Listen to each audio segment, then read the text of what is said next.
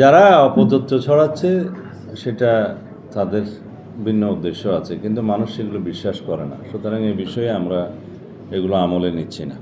এটা কোনো রাজনৈতিক অনুষ্ঠান সেভাবে আমরা সাজাইনি। শুধু আমাদের মাননীয় ভারপ্রাপ্ত চেয়ারম্যান অনুষ্ঠানের স্থলে, অভ্যর্থনা স্থলে এসে আল্লাহর শুকরিয়া আদায় করবেন, জনগণের প্রতি ধন্যবাদ এবং কৃতজ্ঞতা জ্ঞাপন করবেন এবং জাতির উদ্দেশ্যে ভবিষ্যৎ গণতান্ত্রিক প্রক্রিয়ায় তিনি সবার সহযোগিতা চাইবেন, এইটুকু। এগুলো তো বলেছেন ব্রিগেডিয়ার সাহেব, সার্বিক প্রস্তুতি নেওয়া হয়েছে। মিডিয়া সংক্রান্ত কিছু বক্তব্য আছে, আপনারা প্রশ্ন করলে ভালো হতো। তারপরে আমি ডক্টর পাবেলকে বলবো যে মিডিয়া কর্মীদের জন্য কি ব্যবস্থা আছে সেটা উনি বলুন। প্রথম দিনের অনুষ্ঠান বিমানবন্দর থেকে 300 ফিট রাস্তায় অভ্যর্থনা স্থল, সেখান থেকে দেশনাথে যাওয়া এভার কেয়ার হাসপাতাল, এভার কেয়ার হাসপাতাল থেকে তিনি সরাসরি বাসভবনে তখন কাকলের মোড় হয়ে গুলশান 2 নম্বর হয়ে তিনি আসবেন। সেদিন আর অন্য কোনো বাদ জুম্মা তিনি বাসভবন থেকে রওনা হয়ে প্রথমে শহীদ জিয়ার মাজার জিয়ারত করবেন এবং সেখান থেকে জাতীয় স্মৃতিসৌধে তিনি শ্রদ্ধা জ্ঞাপন করতে যাবেন। এটা 26 তারিখ।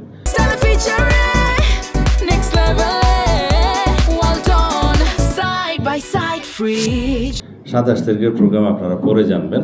সেদিন অন্যান্য অনুষ্ঠানের মধ্যে আমি শুধু আপনাদেরকে আগাম টাইমিং ছাড়া এখন বলতে পারি যে আমাদের সেদিনের অনুষ্ঠানের মধ্যে 27 তারিখে তিনি এনআইডি কার্ড এবং ভোটার হওয়ার সমস্ত কাজগুলো সেদিন শহীদ ওসমান হাদির কবর জিয়ারত করবেন এবং যাওয়ার পথে তিনি পঙ্গু হাসপাতালে জুলাই অভ্যুত্থানের যে কর্মসূচি, পঙ্গু হাসপাতালে যাওয়া, তাদেরকে দেখতে যাওয়া সেটা, এবং এরপর আরেকটি অনুষ্ঠান হবে, সেটা এখনো আমরা বিস্তারিত ঠিক করি না, আপনাদেরকে যথাসময়ে জানাবো। যাদের উপর দায়িত্ব আছে 2000 স্বেচ্ছাকর্মী আছে, স্বেচ্ছাকর্মী আছে এবং তারা পোশাক পরে থাকবে। যেখানেই লোকজন আমাদের দাঁড়াবে, জেলা থেকে লোকজন আসবে, তৃণমূল থেকে আসবে, তাদেরকে সুশৃঙ্খল রাখার জন্য তারা ব্যবস্থা নেবে, তাদেরকে সেইভাবে ইনস্ট্রাকশন দেওয়া আছে। যাই হোক, এতক্ষণ আপনারা যে বক্তব্য শুনেছেন এবং আমাদের একটা চূড়ান্ত, এই আমি বলবো যে একরকম চূড়ান্তই এই ব্রিফিংটি আমাদের এই অভ্যর্থনা কমিটির আহ্বায়ক আপনাদেরকে জানিয়েছেন, আমাদের মিডিয়ার বিষয়টাও জানিয়েছে পাবেল ভাই এবং নিরাপত্তার বিষয়টিও জানিয়েছেন আমাদের ব্রিগেডিয়ার শামস ভাই।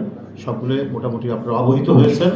আমরা আশা করছি আগামীকালকের যে প্রত্যাবর্তন আমাদের ভারপ্রাপ্ত চেয়ারম্যান প্রত্যাশিত এবং সারা দেশের নেতাকর্মীরা আজকে উচ্ছ্বসিত, 17 বছর পর তার এই প্রত্যাবর্তন। কারণ এর পেছনে আছে তার উপর নিপীড়ন, নির্যাতন, মিথ্যা মামলায় সাজা দেওয়া, নানাভাবে তাকে বাধাগ্রস্ত করা, জনগণ থেকে তাকে বিচ্ছিন্ন রাখার ফ্যাসিবাদী সকল চক্রান্তকে অতিক্রম করে আজকে তার ফিরে আসা। এই ক্ষেত্রে আপনাদের সহযোগিতা আমাদের অবশ্যই কাম্য এবং শুরু থেকেই আপনারা সহযোগিতা করে এসছেন। সেই কারণে আজকে সমস্ত গণমাধ্যমের সাংবাদিক ভাইরা এই সংবাদ বিবরণীর এই অনুষ্ঠান থেকে আপনাদের সকলকে এবং অভ্যর্থনা কমিটির পক্ষ থেকে আপনাদেরকে আন্তরিক ধন্যবাদ জানিয়ে